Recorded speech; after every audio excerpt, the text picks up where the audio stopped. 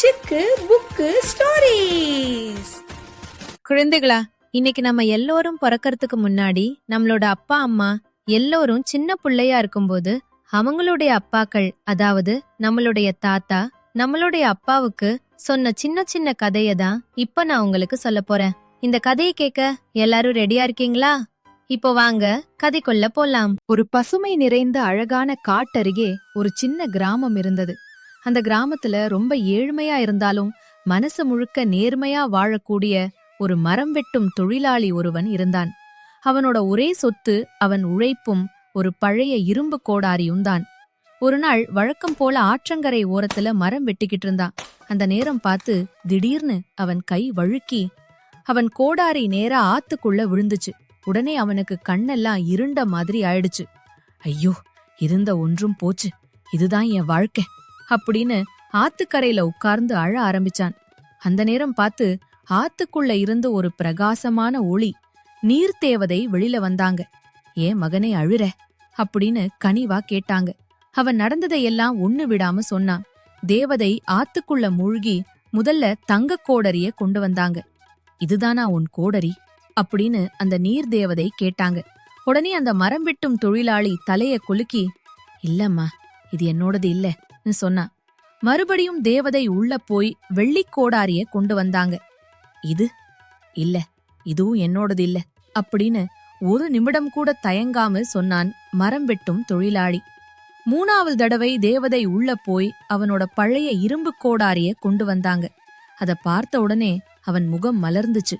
ஆமாமா, இதுதான் என்னோட கோடாரி அப்படின்னு அந்த தொழிலாளி சொல்றத கேட்ட தேவதை அவனோட நேர்மையை கண்டு மனசு நெகிழ்ந்து, நீ ரொம்ப நேர்மையானவன், அதுக்கான பரிசா இந்த 3 கோடாரியும் உனக்கே நான் கொடுக்கறேன்னு சொன்னாங்க. அந்த நாளிலிருந்து அந்த மரம் வெட்டும் தொழிலாளியோடைய வாழ்க்கை மாறிச்சு.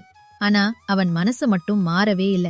நேர்மைதான் அவனோட உண்மையான செல்வம்னு அவன் எல்லாருக்கும் சொல்லிக்கிட்டே இருந்தான். குழந்தைகளா, இந்த கதை சொல்லும் நீதி என்னன்னு பாத்தீங்கன்னா, நேர்மைதான் ஒருவனுக்கு எப்போதும் பெரிய பரிசை தரும். நம்ம எவ்ளோ பெரிய கஷ்டத்துல இருந்தாலும் நம்ம நேர்மையை என்னைக்கும் இழந்துடக்கூடாது. நம்ம ஒருத்தவங்களுக்கு நேர்மையாகவும் உண்மையாகவும் இருந்தோம்னா கண்டிப்பா அதுக்கான பலனை நம்ம பெற்றே தீருவோம். ஒரு ஊர்ல ஒரு காடு ஒண்ணு இருந்துச்சு. அந்த காட்டுல வேகமா ஓடக்கூடிய ஒரு முயல் ஒண்ணு இருந்தது. அதே காட்டுல மெதுவா போகக்கூடிய ஒரு ஆமையும் இருந்தது. அந்த முயல் எப்போதும் தன்னை புகழ்ந்து கொண்டே மெதுவாக நடக்கும் ஆமையை கேலி செஞ்சுக்கிட்டே வந்தது. நீ எப்போதும் மெதுவாதான் போவ என்று சொல்லி முயல் சிரித்தது. ஒரு நாள் ஆமை, வேகமா இருப்பது மட்டும் போதாது, முயற்சியும் பொறுமையும் முக்கியம் என்று சொல்லி ஒரு ஓட்டப்பந்தய போட்டிக்கு அழைத்தது.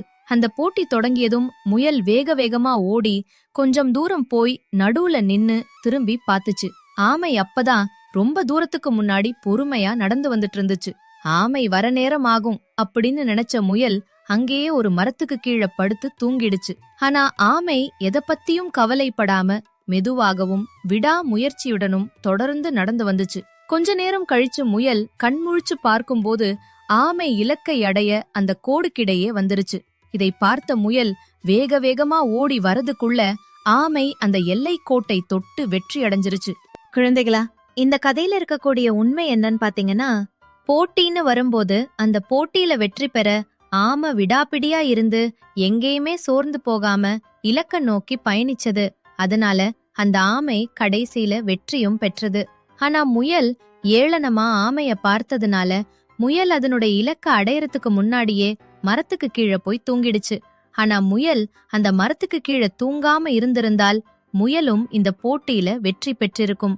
குழந்தைகளா, போட்டின்னு வந்துட்டா முயலும் வெற்றி பெறும், ஆமையும் வெற்றி பெறும். ஆனால் முயல் ஆமை ஒருபோதும் வெற்றி பெறாது. ஒரு ஊர்ல ராசாத்தி அப்படின்னு ஒரு பாட்டி ஒருத்தவங்க இருந்தாங்க.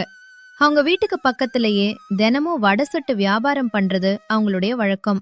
ராசாத்தி பாட்டி வடை சுட்டாங்கன்னா அந்த வடையோட வாசனைக்கு அந்த ஊர் மக்கள் எல்லாருமே அடிமையினே சொல்லலாம். ஒரு நாள் பாட்டி வடை சுட்டுக்கிட்டு இருக்கும்போது அந்த வாசனைய பார்த்து ஒரு காக்கா பக்கத்துல இருக்கக்கூடிய மரத்து மேல வந்து உட்கார்ந்துச்சு. அடடா, பாட்டி என்ன அழகா வடை சுடுறாங்க, எப்படியாச்சும் அந்த வடைய நம்ம சாப்பிட்டே ஆகணுமே அப்படின்னு யோசிச்சுக்கிட்டு இருந்தது அந்த காக்கா. அந்த நேரம் பார்த்து பாட்டி வடை சுடுறதுக்கு எண்ணெய் தீந்து போச்சு. உடனே பாட்டி பக்கத்துல இருக்கக்கூடிய கடைக்கு எண்ணெய் வாங்க போயிட்டாங்க. அந்த நேரம் பார்த்து காக்கா, இதுதாண்டா நமக்கு சரியான நேரம் அப்படின்னு மனசுக்குள்ள நினைச்சு பறந்து வந்து அந்த வடைய கொத்தி தூக்கிட்டு போயிடுச்சு. உடனே அந்த காக்கா பக்கத்துல இருக்கக்கூடிய வேற ஒரு மரத்தில உட்கார்ந்து அந்த வடைய சாப்பிடலாம் அப்படின்னு நினைச்சது. அந்த நேரத்துல இது எல்லாத்தையும் மறைஞ்சி இருந்து பார்த்த நரி ஒண்ணு இந்த காக்கா கிட்ட இருந்து இந்த வடைய புடுங்கி சாப்பிடணும் அப்படின்னு தந்திரமா யோசிச்சு காக்கா கிட்ட வந்து, காக்கா காக்கா, நீ ரொம்ப அழகா இருக்க, உன்னுடைய குரலும் ரொம்ப அழகா இருக்கு, நீ உன்னுடைய அழகான குரலுல ஒரு பாட்டு பாடுவியா அப்படின்னு காக்காவை பார்த்து அந்த நரி சொன்னுச்சு. உடனே காக்கா அந்த நரியோட தந்திரம் புரியாம, அடடா, என்ன நரி நம்மள புகழ்ந்து பேசுது அப்படின்னு அந்த புகழ்ச்சிக்கு ஏமாந்து காக்கா அப்படின்னு வாயை திறந்து கத்துச்சு. உடனே வாயில இருந்த அந்த வடை பொத்துன்னு கீழே விழுந்துச்சு. உடனே அந்த கீழே விழுந்த வடைய நரி தூக்கிக்கிட்டு ஓடிருச்சு. இத கொஞ்சம் கூட எதிர்பார்க்காத காக்கா ஏமாந்து போய் மரத்து மேல உட்காந்து பாத்துச்சு. அப்பதான் காக்காக்கு புரிஞ்சது, வீண் புகழ்ச்சிக்கு நாம ஏமாந்துட்டோம் அப்படின்னு. குழந்தைகளா, அடுத்தது இன்னொரு காக்காவை பத்தின கதையை ஒண்ணு பாப்போமா? ஒரு கடுமையான வெயில் காலத்துல ஒரு காக்கா ஒண்ணு இருந்துச்சு. அந்த காக்காவுக்கு பயங்கரமான தண்ணீர் தாகம் எடுத்துச்சு. ஆனா அந்த காக்காவுக்கு எங்க தேடியும் தண்ணீர் கிடைக்கவே இல்ல. பறந்து பறந்து பார்த்துட்டு தண்ணி இல்லாததுனால அதுக்கு பயங்கரமா மயக்கம் வர மாதிரி ஆகி சாகர நிலைமைக்கு போயிடுச்சு. அந்த நேரம் பார்த்து தூரத்துல ஒரு சின்ன பானையில தண்ணி இருக்கிறத பாத்துச்சு அந்த காக்கா. உடனே அங்கிருந்து பறந்து வந்து அந்த பானையில உட்கார்ந்து தண்ணி குடிக்கலாம்னு பார்த்தா தண்ணி அந்த பானைக்கு அடியில இருந்துச்சு. உடனே காக்கா, என்னடா இது, தண்ணி அடியில இருக்கு, இது நம்மளால குடிக்க முடியுமா அப்படின்னு யோசிச்சுட்டு குனிஞ்சு தண்ணி குடிக்கலாம் பார்த்தா அந்த காக்காவுக்கு தண்ணி எட்டவே இல்ல. அதனால தண்ணி அந்த காக்காவால குடிக்க முடியல. என்னடா இது, எங்க தேடியும் தண்ணி கிடைக்கவே இல்ல, நம்மளே சாகுற மாதிரி இருக்கிறோம், இந்த இடத்தில் பார்த்தால் தண்ணி இருக்குது, ஆனா இந்த தண்ணிய குடிக்கவும் முடியல, என்னடா பண்றது அப்படின்னு யோசிச்சுட்டு இருந்தது அந்த காக்கா. உடனே பக்கத்துல திரும்பி கீழே பார்த்தா அங்க நிறைய சின்ன சின்ன கல்லா கிடந்தது. உடனே அந்த காக்காவுக்கு ஒரு நல்ல யோசனை வந்தது. உடனே அங்க இருக்கிற கல்லெல்லாம் ஒவ்வொன்னா பொறுக்கிட்டு வந்து அந்த பானையில போட்டுச்சு காக்கா. கொஞ்ச நேரம் கழிச்சு நிறைய கல்ல பானைக்குள்ள போட்டதுனால அந்த பானையில இருந்த தண்ணி கொஞ்சம் கொஞ்சமா மேல வந்துச்சு. உடனே அந்த தண்ணிய காக்கா வயிறு ஆற குடிச்சிட்டு சந்தோஷமா பறந்து போச்சு. இந்த கதையில இருக்கக்கூடிய உண்மை என்னன்னு பாத்தீங்கன்னா, புத்திசாலித்தனமா நம்ம பொறுமையா யோசிச்சு ஒரு முடிவு எடுத்தோம்னா அது கண்டிப்பா நம்மளுக்கு வெற்றியை தேடி தரும். செல்லங்களா, இந்த வீடியோ உங்களுக்கு பிடிச்சிருந்தா மறக்காம இந்த வீடியோவுக்கு லைக் பண்ணிட்டு கமெண்ட் பண்ணிட்டு மறக்காம நம்மளோட இந்த சேனலை சப்ஸ்கிரைப் பண்ணிருங்க. நன்றி. சிக்கு புக்கு ஸ்டோரி.